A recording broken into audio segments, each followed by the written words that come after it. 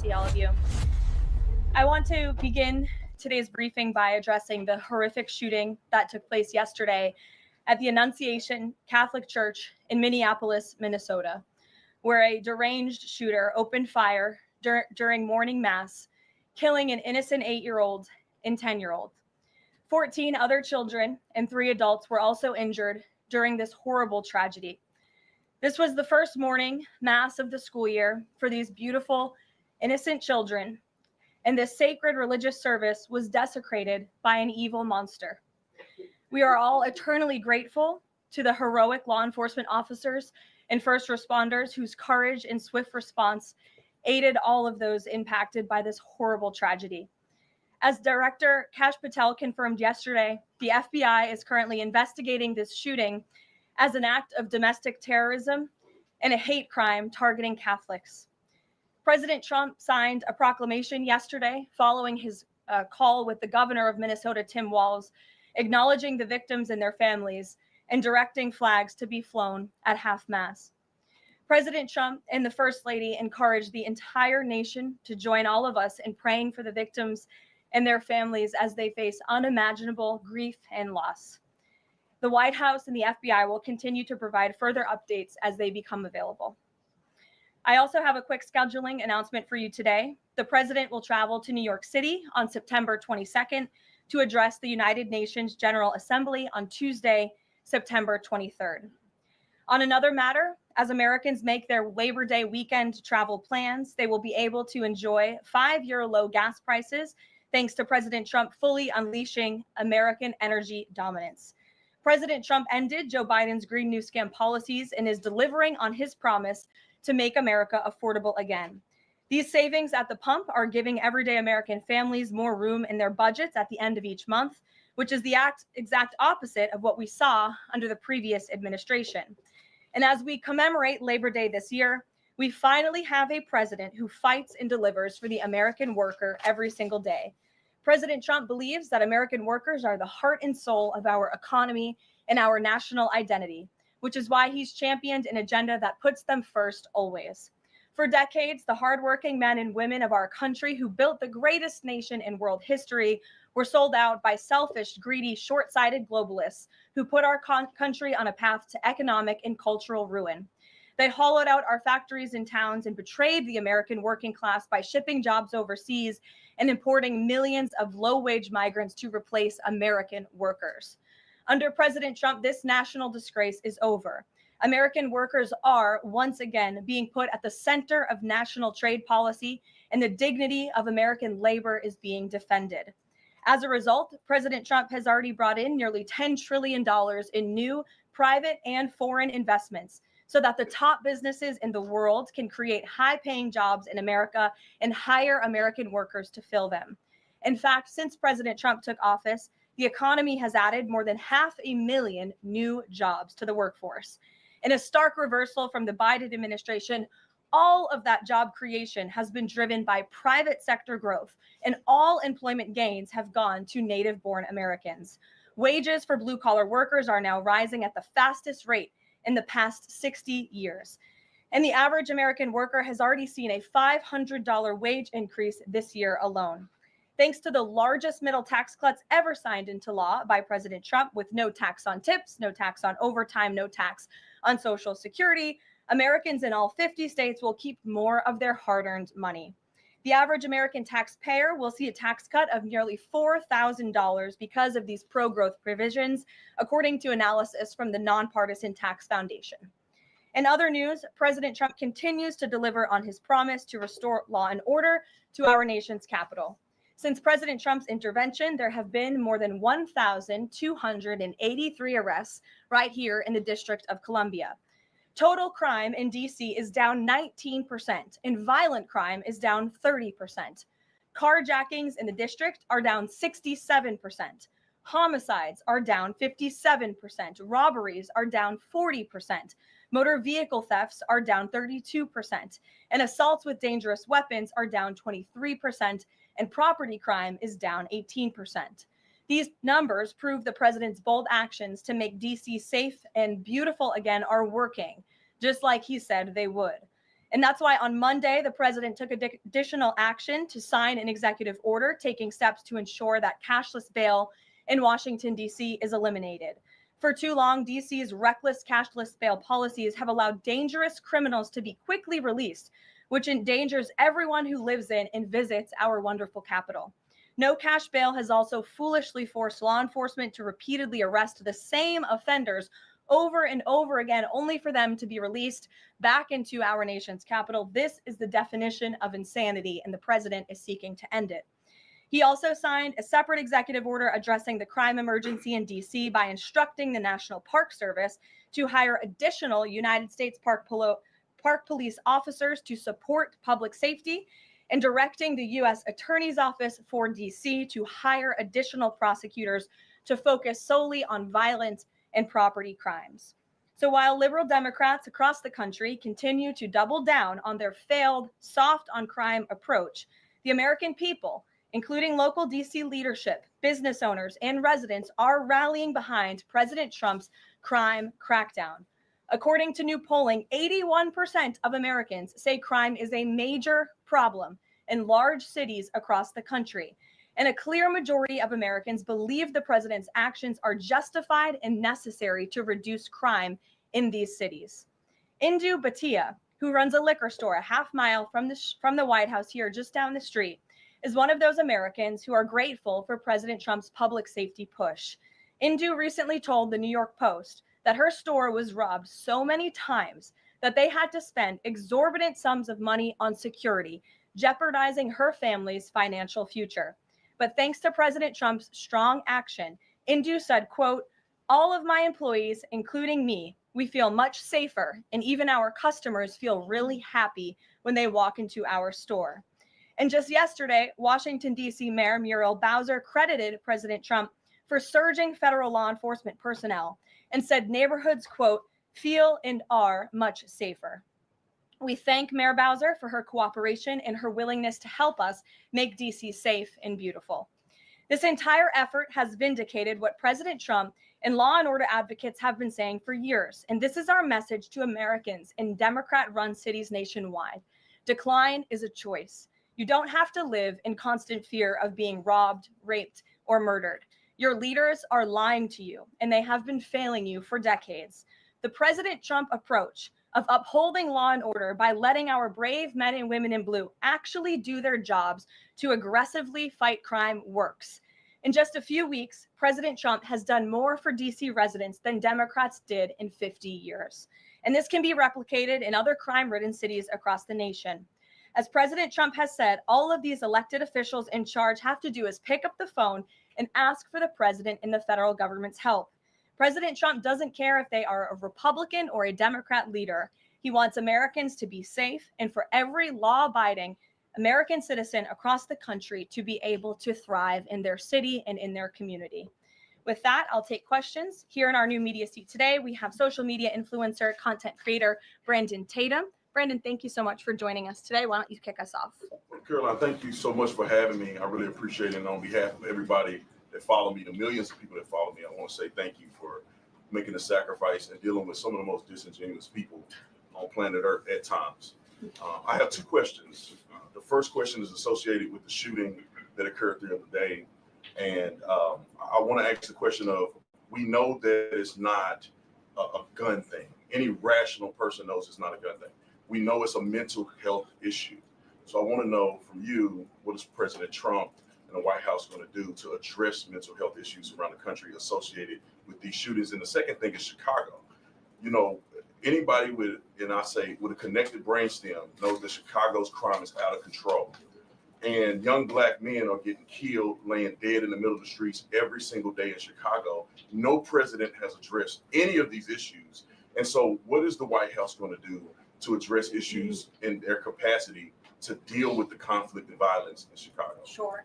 Well, to your first question about this shooting in Minnesota, right now, the administration is focused on helping the people of Minnesota. It's been less than a day, of course, since this tragedy happened. We have federal law enforcement on the ground assisting local law enforcement.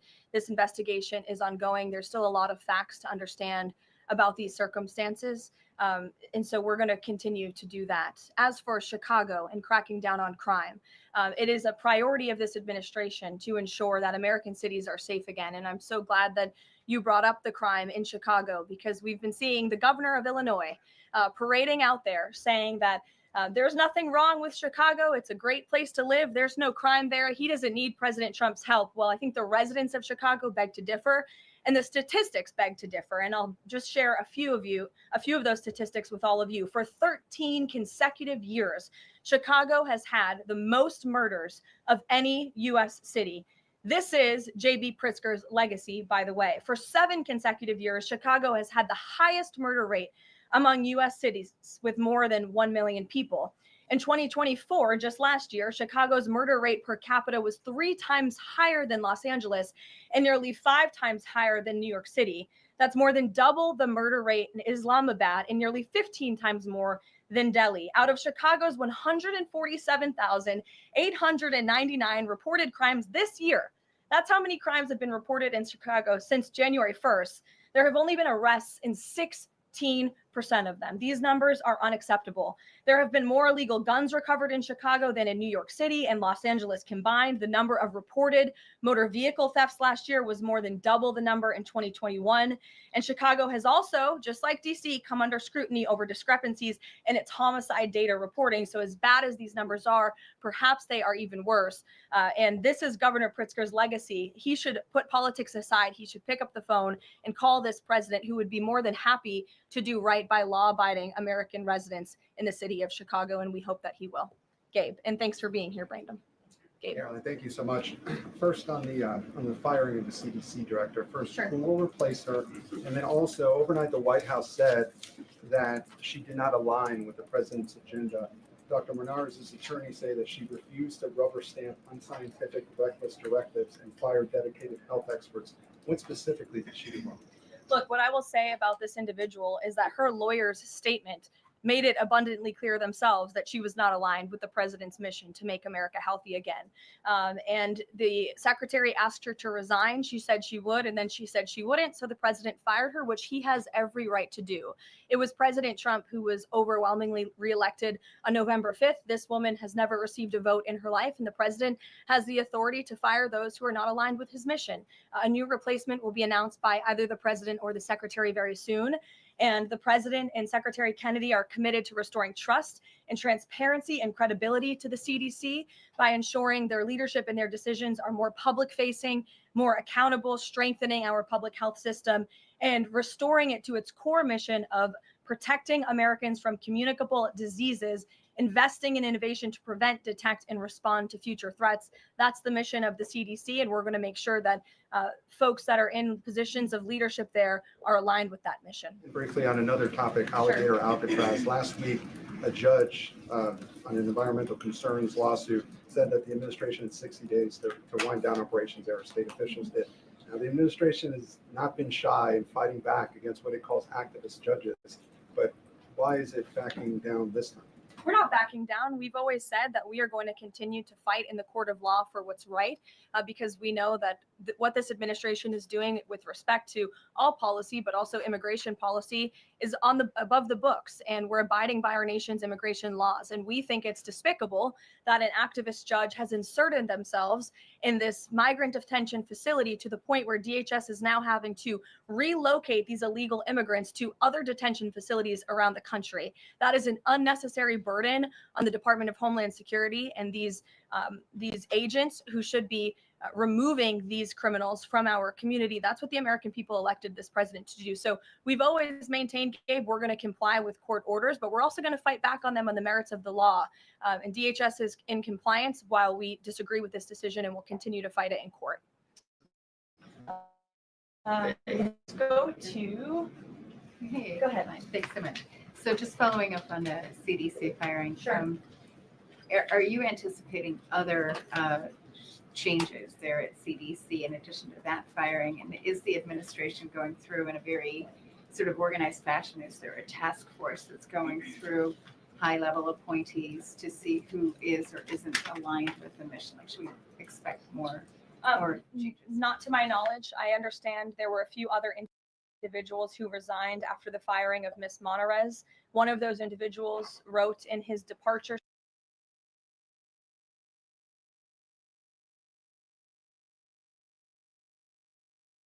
statement that he identifies pregnant women as pregnant people. So that's not someone who we want in this administration anyway. So if people are not aligned with the president's vision and the secretary's vision to make our country healthy again, then we will gladly show them the door. Caroline, can I just Go to the back. Thank you, Yes. Caroline. Go behind you, Andrew. Go ahead. Oh, thank you, Caroline. The military deployment that President Trump has sent to the Caribbean Sea close to the shores with Venezuela is massive. It's much more that is needed to simply counter narcotics operations. Is President Trump considering launching military strikes to military installments or facilities in Venezuelan soil? I won't get ahead of the president with respect to any military action or questions about that ever. But what I will tell you is that many Caribbean nations and many nations in the region have applauded the administration's counter-drug operations and efforts, and the president is prepared to use every element of American power to stop drugs from flooding into our country and to bring those responsible to justice. And as I've said from this podium before, the Maduro regime is not the legitimate government of Venezuela. It is a narco-terror cartel. Maduro is not a legitimate president. He is a fugitive head of this drug cartel. He has been indicted in the United States for trafficking drugs into our country, and it is the utmost responsibility of this president and this administration to prevent the illicit flow of drugs into our country and to protect citizens from those deadly poisons. Reagan. Thanks, Caroline. I have two questions for you. Sure. Democrats, including former White House Press Secretary Jen Psaki and Minneapolis Mayor Jacob Frey, attacked prayer and pushed gun control in the aftermath of yesterday's shooting. What's the White House's response to their comments? Yes, I saw the comments of my predecessor, Ms. Psaki, and frankly, I think they're incredibly insensitive and disrespectful to the tens of millions of Americans of faith across this country who believe in the power of prayer, who believe that prayer works, and who believe that in a time of mourning like this, when beautiful young children were killed while praying in a church, it's utterly disrespectful to deride the power of prayer in this country. And it's disrespectful to the millions of Americans of faith. And I would encourage Ms. Psaki to pray for these families themselves who need it right now more than ever. My second question for you is that there have been media outlets who have glazed over the fact that the shooter was confused in their gender identity. Does the administration believe that this element needs to be investigated in the shooting? All of the elements are being investigated in the shooting, absolutely. Which is why part of the reason the FBI director came out and immediately confirmed that facet of the investigation. John. Thanks a lot, Caroline. Two questions on two separate issues. First of all, the drone and missile strikes that took place overnight in Ukraine. General Keith Kellogg, the president's special envoy, has described these attacks as egregious. Do you agree with that description? And do you view President Putin as an impediment to getting peace between these two countries? Well, it's not about if I agree, it's about what the president thinks. And I know what the president thinks because I talked to him about this. He was not happy about this news, but he was also not surprised. These are two countries that have been at war for a very long time. Russia launched this attack on Kyiv, and likewise, Ukraine recently dealt a blow to Russia's oil refineries. They have taken out, as a matter of fact, 20% of Russia's oil refinery capacity over the course of their attacks throughout the month of August. So the president is continuing to watch this intently, and this killing, unfortunately, will continue as long as the war continues, which is why the president wants it to end. And that's why he's worked harder than anyone to end this war, which would have never started if he were president. But perhaps both sides of this war are not ready to end it themselves. The president wants it to end, but the leaders of these two countries need it to end and want it to end, must want it to end as well. And I think the president will make some additional statements on this later. My second question has to do with, Carrie, I just had one more, if I may. It has to do with the president's intention to remove Lisa Cook as a member of the Federal Reserve Board. He is going or acting upon allegations that have been made by Trump administration official Bill Pulte. These are just allegations. She hasn't been convicted yet of any crime. Is the administration opposed to allowing Ms. Cook to have due process to challenge what has been alleged against her? I believe she is challenging it. I believe she just filed a lawsuit today, and Mr. Pulte has deferred those allegations over to the Department of Justice to investigate them. What I will say is that you had these mortgage receipts very clearly shown to the president, and he has the cause that he needs to fire this individual. He laid it out in the letter that he provided to her and to the public as well. And so we'll continue to fight this battle. Carrie. Hi, Caroline. So the president just announced that he wants to have a convention right for the midterms next year. The DNC has countered that they too want to have a convention right before the midterms as well. What's the White House's response to that? And can you give us just a little bit of a hint or a tease here as to how the president envisions a convention for the midterms? Look, the president put out a statement on this earlier today. I'll let him speak further on the plans that he envisions, but I think he's very proud of the accomplishments and the achievements of his administration, as he should be. The most secure border in United States history, a crackdown on crime here in our nation's capital, an attack or a reversal of the attack on our energy industry from the previous administration. As I just pointed out to you, gas prices today, this Labor Day, are the lowest they've been since Labor Day in 2020. Our economy is bringing in trillions of dollars in revenue from all over the world again. So there's so much for Republicans and for the president and for Americans across the country to be proud of. And I think the president wants to see that celebrated. But for any further details on this as they come, we'll provide you with them. Iris. Thank you, Caroline. 2 questions on the shooting. What's the administration's message to some concerned parents across the country who might be now worried about their kids' safety in light of the latest incident? We completely and totally understand the concerns of parents across the country. This tragedy it's heartbreaking. As a parent myself, there are no words to describe just the heartbreak that these families must be enduring. Which is why the president and the first lady have encouraged everyone to continue to pray for these families and these victims. And it's why this administration is focused on removing public safety threats from our communities. And in fact, I can share with all of you that last night in Washington, D.C., when arrests were being made, there was an arrest of a juvenile right here in D.C. in Ward 7 for threats to kidnap and injure, receiving stolen property, possession of a large capacity feeding device, unlawful possession of firearms and ammunition. A search warrant was executed, 7 firearms were recovered, and the juvenile was arrested after an investigation was initiated based on social media posts allegedly threatening violence towards a school.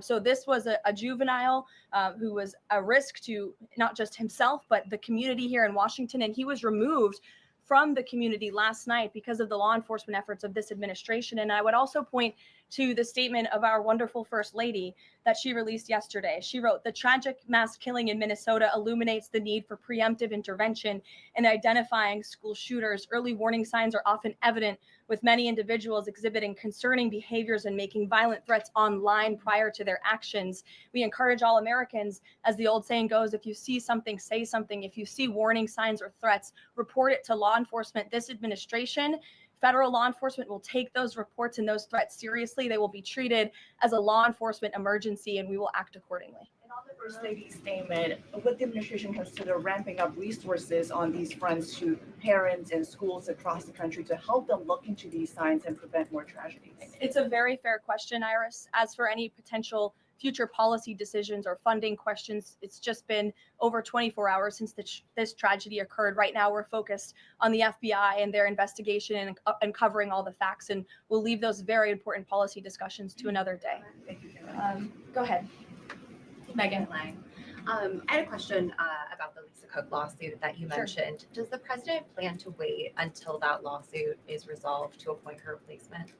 I will leave that to the president to make that decision in that announcement himself. Brian. Thank you, Caroline. 2 questions.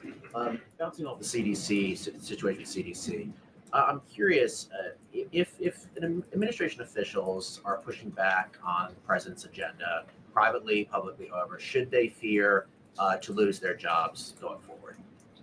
Look, I think if you're doing your job well, and if you are executing on the vision and the promises that the president made to the public who elected him back to this office, then you should have no fear about your job. Just do your job. That's what this president wants to see.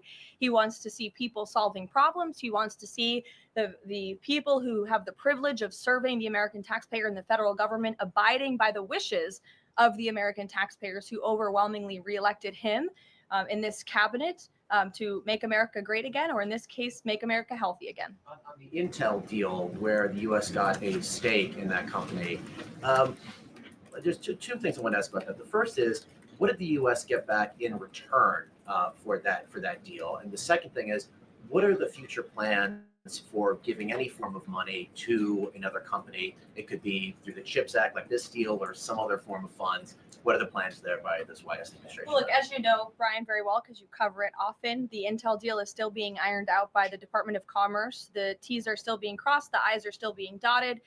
It's very much still under discussion. But the president's thinking, I can share with you, is certainly to ensure that the United States government is making our country wealthy again and is benefiting from some of these deals. And it's a creative solution. I know it's outside the box thinking, which is uncommon in this city, but it's something that he proposed and something that the Secretary of Commerce is working on putting into action. Mary. Thanks, Caroline. I have a couple questions on the shooting yesterday. The first one, this is the second shooting involving a trans-identifying shooter who specifically targeted Christians and Catholic kids. What kind of consequences do the gender-affirming therapists, doctors, or even the parents of these shooters face after these types of shootings? Well, as for the parents and potential therapists in this case, again, all of that is still currently being investigated by the FBI. I know the Secretary of Health and Human Services this morning said that HHS is investigating perhaps links between some of these drugs and these prescription drugs that some of these minors may be taking, and an increase in violence. And obviously we have mental health problems in this country that this administration and Secretary Kennedy will continue to speak out about in the work that we're doing to solve it. Thank you. And just to follow up, I've seen a lot of calls for action, among these lawmakers saying that we shouldn't just be praying. One that I've seen on the right actually is calls for the FBI to institute a new class of domestic terrorism that involves trans ideology. Is that something that the administration would support? I would have to check with the appropriate people on that. Daniel. Thank you, Caroline. We saw some new revised economic data come out today showing the U.S. economy grew at a 3.3% clip, largely buoyed by a surge in capex. What's the White House reaction to this, and is this sort of the president's vision beginning to come to life after the Big Beautiful Bill was passed in July? Yes, I mean, look, we did say that once the Big Beautiful Bill was signed into law, we're going to see the effects of this massive pro-growth piece of legislation.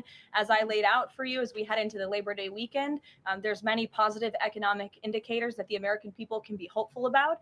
But don't forget, we are reversing 4 years of reckless spending from the previous administration, of slamming regulations down the throats of American business owners and consumers across the country. But the administration is working very hard to unravel all of that and to ensure that small business owners and workers are thriving and that they have more money in their own pockets to spend. Thank you. Thanks so much, Caroline. Back on the CDC, there was reporting that some of the initial problems between RFK and the CDC director stemmed from miscommunications or differences on vaccine policy. So I wonder if you could just say whether or not the president believes that the COVID vaccine should be available to and covered by insurance for all Americans, regardless of age and pre-existing conditions. What I will tell you is that the FDA recently revoked the emergency use authorizations for 3 COVID vaccinations while simultaneously greenlighting 4 new COVID-19 vaccines with 2025 and 2026 formulas. The reason for the revocation of that emergency use authorization is because obviously the COVID pandemic and the public health emergency is over. But just to correct the record, because there's been a lot of misinformation on this, the FDA's decision does not affect the availability of COVID vaccines for Americans who want them. We believe in individual choice. That's a promise both the president and the secretary have made, and it's a promise they have now delivered on. Question, if I could, Caroline. Second question, if I could. Sorry. I wonder if you could answer why the president hasn't acknowledged the shooting at CDC headquarters that took place earlier in August, where a police officer was killed, and it was reported that the motivation for the shooting was somebody who was really unhappy with the effects of the COVID vaccine. We absolutely were very much aware of that shooting. The Secretary of Health and Human Services put out a statement immediately. He was in touch with the CDC, and he actually traveled to Georgia to assess the situation and to mourn with the people who work in that building there. So. Caroline, Go ahead. With respect to Labor Day, one of the most underrepresented groups right now are police officers. 30,000 police officers short in America right now. To Brandon's question, 1,300 short in Chicago, 3,000 short in New York, 500 short here in Washington, D.C. What can the White House, what can the president do to help recruitment of police officers? You've done well with the military and Border Patrol. What can be done to get more police officers on the streets of America? Well, the president has certainly been very successful in recruiting federal law enforcement. If you look at the ICE recruitment campaign that was led by he and our Secretary of Homeland Security, we've seen more than, I believe, 130,000 applicants to join ICE, which is just amazing. There's more applicants now than there are jobs to fill, and we're very grateful for that. Clearly, Americans want to serve their communities. They just need a leader who encourages them to do so. So maybe Governor Pritzker should spend less time demonizing the police, more time trying to recruit more police, and more time trying to call the president of the United States to get crime in his city under control. The president wants to allow law enforcement, whether it's state, local, federal, to do their jobs, to arrest criminals, to put them behind bars, and to remove public safety threats from American communities. He'll continue to do that. Thank you, guys.